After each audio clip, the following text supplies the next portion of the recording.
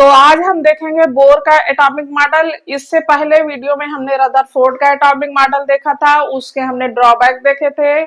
इसको आगे एक्सप्लेन करने के लिए बोर का एटॉमिक मॉडल आया, तो आज हम बोर का एटॉमिक मॉडल देखेंगे। बोहर के एटॉमिक मॉडल के अकॉर्डिंग जैसा कि बोहर ने बताया था कि एटम्स, रदरफोर्ड का जो एटॉमिक मॉडल था उसमें देखा कि सेंटर में एक न्यूक्लियस होता है जिसमें प्रोटॉन प्लस न्यूट्रॉन पाए जाते हैं और इसके बाहर की कक्षाएं होती हैं जिसमें इलेक्ट्रॉन घूमता है। इलेक्ट्रॉन इसमें घूमते रहते हैं।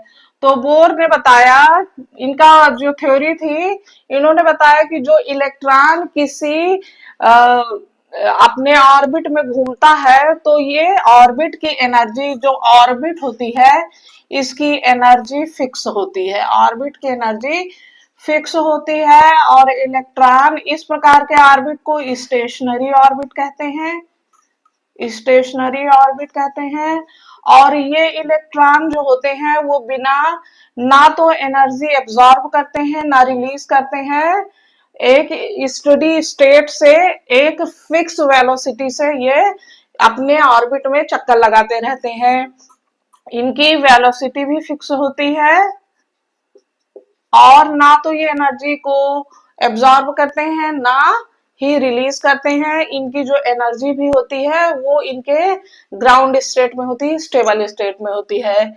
ये जो फिक्स ऑर्बिट होते हैं इनके लिए जो अलग अलग नाभिक से आगे की ओर जो विभिन्न प्रकार के ऑर्बिट होते हैं इसको इन्होंने n के रूप में माना, जिसको n बराबर 1 को इन्होंने k, जो फर्स्ट सेल होती है, सब सेल होती है, n बराबर 2l, n बराबर 3m। ये न्यूक्लियस से आगे की ओर जाने पर, जैसे कि ये फर्स्ट सेल है तो इसके लिए ये n बराबर 1, ये k है। सेकेंड के लिए n बराबर 2l है। थर्ड के लिए n बराबर 3, ये m है। इसी प्रकार जो नेक्स्ट होगी वो उसके लिए n बराबर 4, ये n है। इसी के अकॉर्डिंग जो होता है ये स्टेशनरी सबसेल्स होती हैं। इनके बीच में इलेक्ट्रॉन की पाए जाने की संभावना कहीं नहीं होती। जो ये फिक्स्ड एनर्जी की सेल्स होती हैं यहीं पर इलेक्ट्रॉन पाए जाते हैं और एक फिक्स्ड वेलोसिटी से ये लगातार न्यूक्लियस के चारों ओर घूमते रहते हैं। बोर ने बताया कि जो इलेक्ट्रॉन सेल्स में या एनर्जी लेवल्स में घूमते रहते हैं, इन सेल्स के लिए जो एल की वैल्यू होती है जिसे हम एंगुलर मोमेंटम कहते हैं, एंगुलर मोमेंटम एल जो होता है वो NH/2 का इंटीग्रल मल्टीपल होता है। यानी जिन सेल्स की लिए एंगुलर मोमेंटम की वैल्यू NH/2 का इंटीग्रल मल्टीपल होगा उसी सेल्स को स्टेशनरी सेल्स के रूप में जाना जाता है और उसकी एनर्जी फिक्स होती है। Angular momentum L = R into linear momentum होता है। R की वैल्यू रेडियस शो करती है। मोमेंटम बराबर m into V, mass of electron, velocity of electron हम कह सकते हैं। तो ये इक्वल होगी mvr और ये एक दूसरे के परपेंडिकुलर होती है तो हम इसे साइन 90 डिग्री के रूप में शो करते हैं। साइन 90 डिग्री की वैल्यू 1 होती है तो L = mvr होता है। यहाँ पर हम mvr बराबर NH/2 भी लिख सकते हैं। ये शो करता है कि इलेक्ट्रॉन का जो मास है वो m है, इसकी वेलोसिटी v है, जिस ऑर्बिट में ये घूम रहे हैं उसकी रेडियस r है, n जो है क्वांटम नंबर है, h जो है प्लैंक कांस्टेंट है जिसकी h की वैल्यू होती है 6.626 इंटू 10⁻34 जूल सेकेंड। तो न्यूक्लियस के चारों ओर मोशन करता है तो इलेक्ट्रॉन पर दो प्रकार के बल लगते हैं। एक बल होता है जो न्यूक्लियस के द्वारा इलेक्ट्रॉन पर लगाया जाता है, इस बल को इलेक्ट्रोस्टैटिक बल कहते हैं। दूसरा बल होता है जो इलेक्ट्रॉन जब चारों ओर ऑर्बिट में मोशन करता है तो तो इस मोशन की वजह से एक फोर्स क्रिएट होता है जिसे सेंट्रीपिटल फोर्स कहते हैं। जब ये दोनों फोर्स एक दूसरे को बैलेंस कर लेते हैं, उस पोजीशन में इलेक्ट्रॉन एक स्थिर अवस्था में अपने ऑर्बिट में चारों ओर आसानी से घूमता रहता है। तो हम देखेंगे कि जो इलेक्ट्रोस्टैटिक फोर्स है F equal to M V का स्क्वायर अपान आर होता है, और जो सेंट्रीपिटल फोर्स होता है 1/4 पाई एप्सिलॉन 0 इंटू एक तो इलेक्ट्रॉन का चार्ज माइनस ई इंटू जो प्रोटॉन का टोटल चार्ज है जेडी अपॉन आर का स्क्वायर, ये इक्वल होगा 1/4 pi epsilon 0 equal to Z E का स्क्वायर अपॉन आर का स्क्वायर। जब ये दोनों फोर्स एक दूसरे को बैलेंस कर देते हैं तो हम इसको देखेंगे 1/4 पाई एप्सिलॉन 0 जेड ई का स्क्वायर अपान आर का square equal to M V का स्क्वायर अपान आर। इस पोजीशन में दोनों फोर्स एक दूसरे को बैलेंस कर देते हैं। अब इस इक्वेशन का यूज करके हम इस जो ऑर्बिट होती है इसकी रेडियस कैलकुलेट कर सकते हैं, घूमते हुए इलेक्ट्रॉन की total energy, potential energy, kinetic energy को हम कैलकुलेट कर सकते हैं, और इलेक्ट्रॉन की वेलोसिटी को हम कैलकुलेट कर सकते हैं, जो कि अभी हम आगे इसको देखते हैं।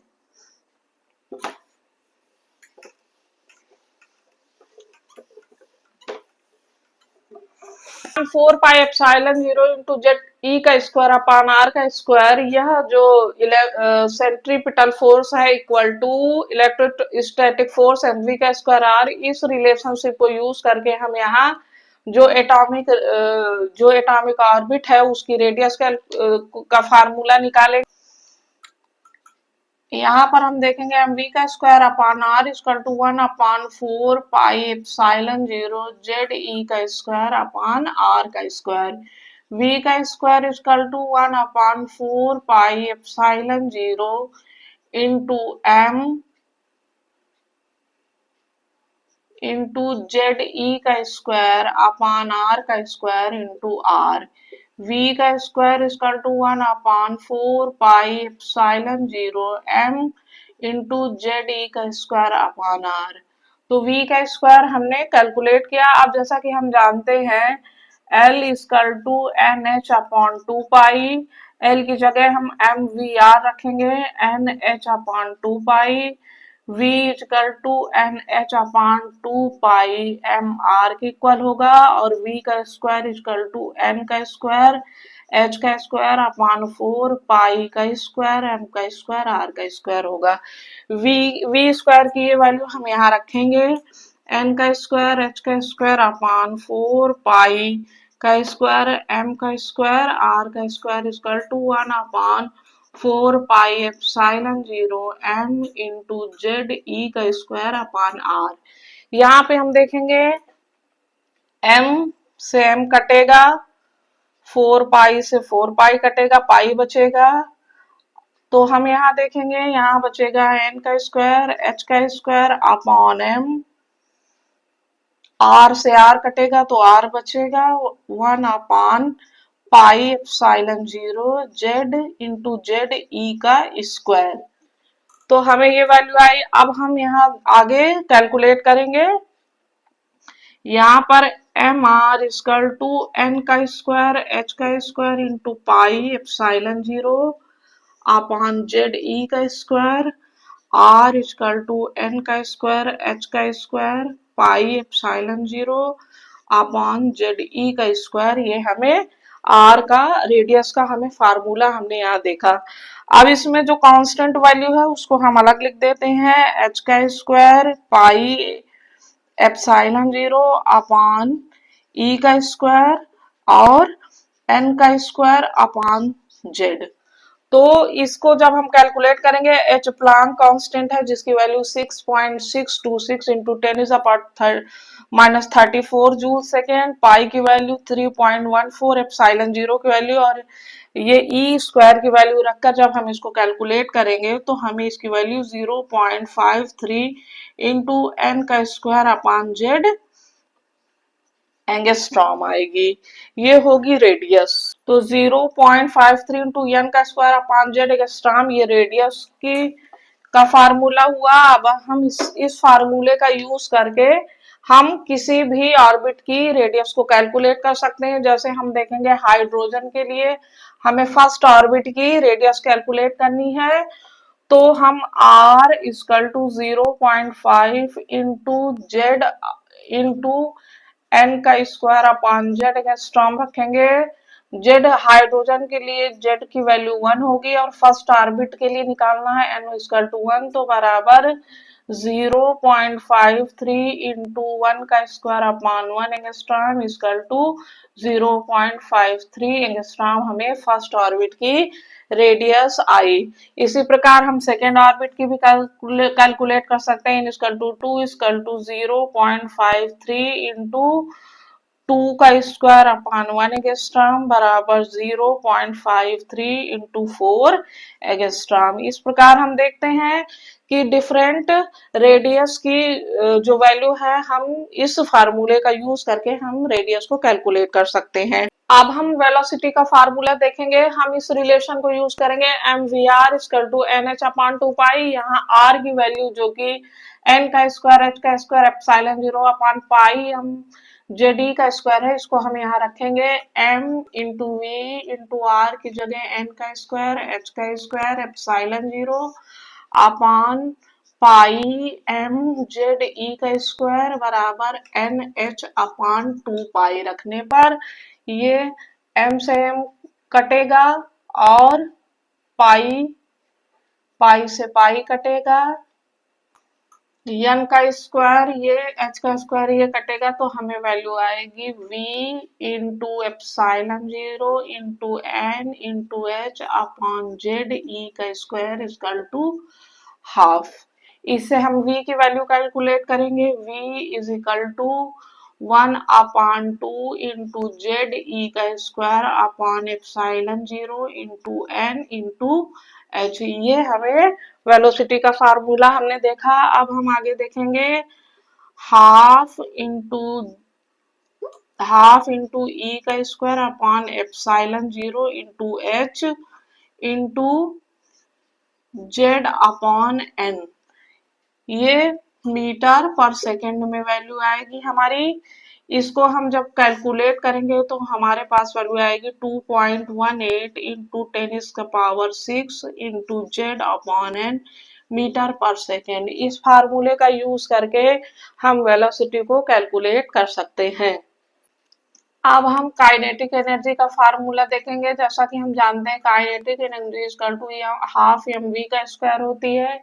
इसमें हम v की वैल्यू जेड का स्क्वायर अपॉन 2 nh एप्सिलॉन 0 रखेंगे into m into Z E का square upon 2 n h epsilon 0 का स्क्वायर।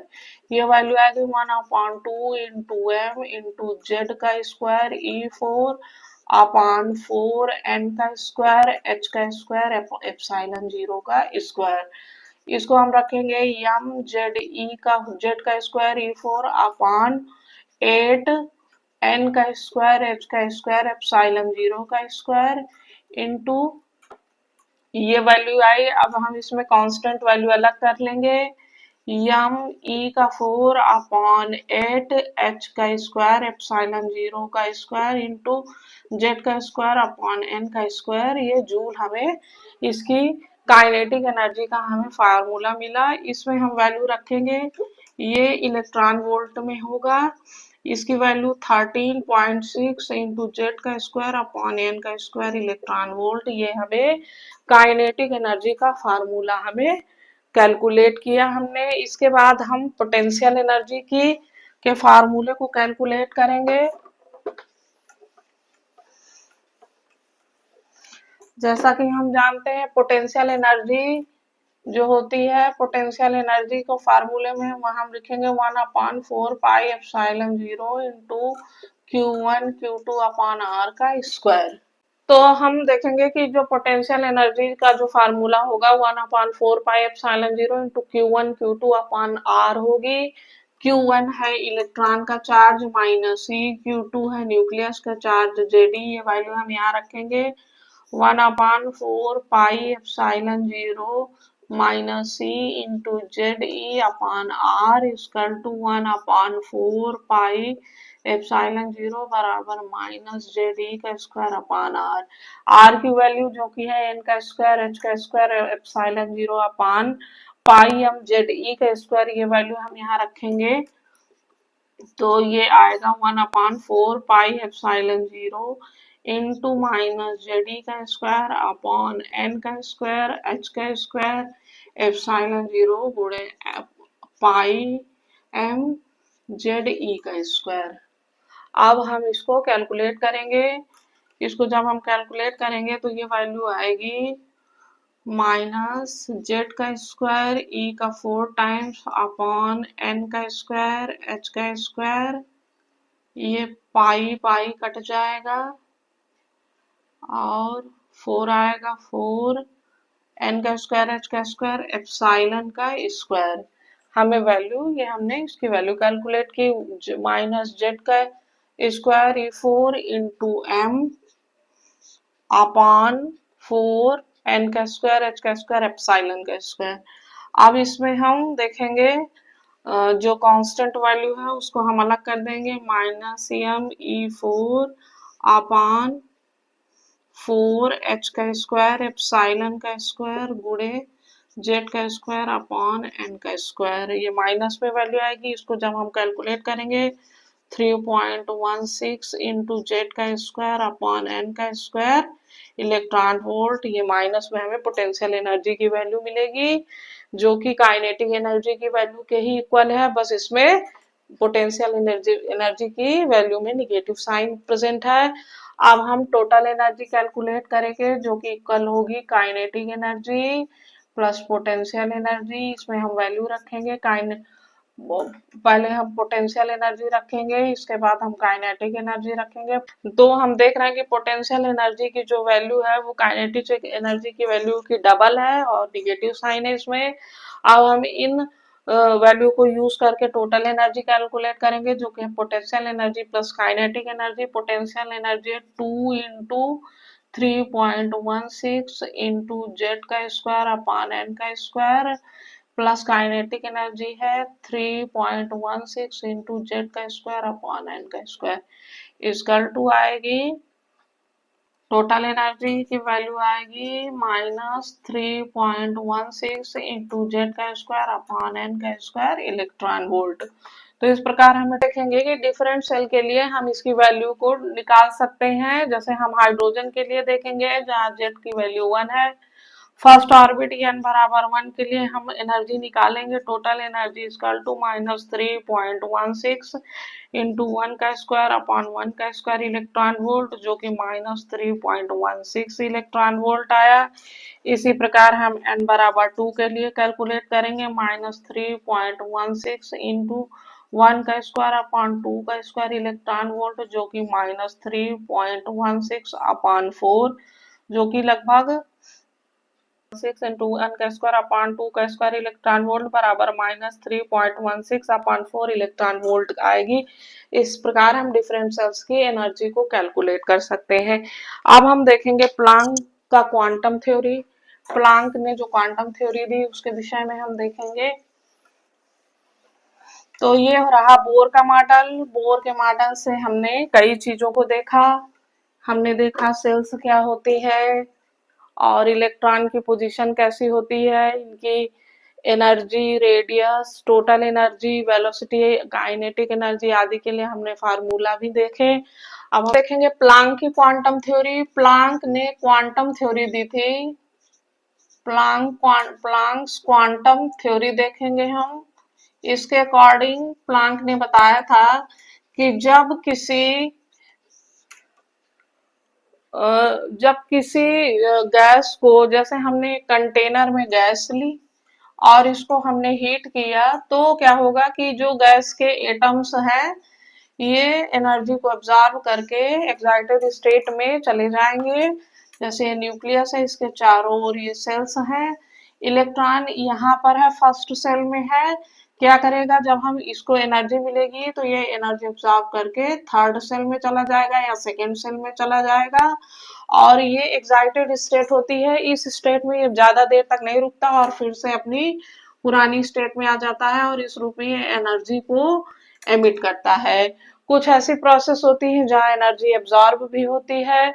तो प्लांक ने बताया कि जो एनर्जी का एब्जॉर्प्शन और एमिशन होता है वो कॉन्टिन्यूअस रूप में नहीं होता, ये डिसकंटिन्यूअस रूप में होता है। और जो फोटॉन्स होते हैं वो छोटे छोटे बंडल्स के रूप में एमिट या एब्जॉर्ब होते हैं, जिन्हें हम क्वांटा कहते हैं। इसे हम क्वांटा कहते हैं। और वन क्वांटा क्वांटम के इक्वल होता है, और इस क्वांटम की जो एनर्जी होती है वो निश्चित होती है, जो कि उसकी फ्रीक्वेंसी के इक्वल होती है। इसको हम E बराबर एच न्यू से दिखा सकते हैं, जहां एच प्लांक कांस्टेंट है, जिसकी वैल्यू 6.626 इंटू 10⁻⁻34 जूल सेकेंड होती है। इस फार्मूला का यूज करके हम न्यूमेरिकल्स को सॉल्व कर सकते हैं। इसको हम वेवलेंथ के रूप में भी रख सकते हैं, जो कि E बराबर hc/λ के इक्वल होता है। तो हमने देखा कि प्लांक ने बताया कि एनर्जी जो एब्जॉर्ब होती है या एमिट होती है वो डिसकंटिन्यूअस रूप में होती है, और फोटॉन्स के छोटे छोटे बंडल्स के रूप में ये एनर्जी हमें मिलती है, निकलती है या एब्जॉर्ब होती है, और इसी को हम क्वांटा कहते हैं। तो ये था क्वांटम थ्योरी। अब हम देखेंगे फोटो इलेक्ट्रिक इफेक्ट क्या होता है। तो जैसा कि हम जानते हैं कि जब किसी मेटल सरफेस में जब किसी निश्चित फ्रीक्वेंसी की कोई रेडिएशन इस पर गिराई जाती है तो यहाँ से इलेक्ट्रॉनों का उत्सर्जन होता है। इसी को हम फोटो इलेक्ट्रिक इफेक्ट के रूप में जानते हैं। तो इसमें क्या होता है कि जब किसी जो मेटल की सरफेस होती है यहाँ पर जब हम कोई रेडिएशन गिराते हैं तो वो एनर्जी पहुंचती है। ये जो सरफेस के एटम्स होते हैं वो इस एनर्जी को एब्जॉर्ब कर लेते हैं। एनर्जी को जब ये एब्जॉर्ब कर लेते हैं तो ये एनर्जी दो रूपों में यूज की जाती है। एक तो क्या होता है, जो इलेक्ट्रॉन होते हैं इसका न्यूक्लियस के प्रति जो अट्रैक्टिव फोर्स होता है उसको कम करने में यूज होती है। दूसरा इलेक्ट्रॉन को जो किसी ऑर्बिट में मूव करता है उसकी वेलोसिटी को कंटिन्यू करने में यूज होती है। तो इस प्रकार हम देखेंगे कि जो एक निश्चित फ्रीक्वेंसी होती है उसको हम वी नॉट से रिप्रेजेंट करते हैं। इसको थ्रेशोल्ड फ्रीक्वेंसी कहते हैं। थ्रेशोल्ड फ्रीक्वेंसी कहते हैं। अगर इस फ्रीक्वेंसी से नीचे फ्रीक्वेंसी पर हम कोई भी रेडिएशन को इसमें किसी मेटल सरफेस पे डालेंगे तो वहां पर इलेक्ट्रॉन का उत्सर्जन नहीं होगा। जो फ्रीक्वेंसी की वैल्यू है वो वी नॉट से ज्यादा होनी चाहिए, इससे कम होने पर फोटो इलेक्ट्रिक इफेक्ट शो नहीं होगा। तो अगर हम किसी मेटल सरफेस पे वी फ्रीक्वेंसी की कोई रेडिएशन हम डालते हैं तो ये जो एनर्जी होगी वो दो जगह यूज होगी। एक तो जो न्यूक्लियस का फोर्स है उसको कम करने में, दूसरा इलेक्ट्रॉन को मूव करने में। तो जो एच न्यू है वो H nu not minus half M V का स्क्वायर के इक्वल होगी। हाफ एम वी का स्क्वायर काइनेटिक एनर्जी है जो इलेक्ट्रॉन जब मूव करता है वहां पर होती है, और वी नॉट जो है ये थ्रेशोल्ड फ्रीक्वेंसी है, थ्रेशोल्ड एनर्जी है, जो कि इलेक्ट्रॉन को न्यूक्लियस के अट्रैक्टिव फोर्स से निकलने में मदद करती है। और ये टोटल एनर्जी है जो कि इनके माइनस की वैल्यू के इक्वल है। इसको हम हाफ एम वी का square equal to H V minus H V not के रूप में भी रिप्रेजेंट करते हैं। और इस फार्मूले के द्वारा हम कई न्यूमेरिकल को सॉल्व करते हैं, जो कि हम नेक्स्ट वीडियो में देखेंगे। अगर आपको वीडियो अच्छा लगा हो तो वीडियो को लाइक, शेयर और सब्सक्राइब कर दीजिएगा।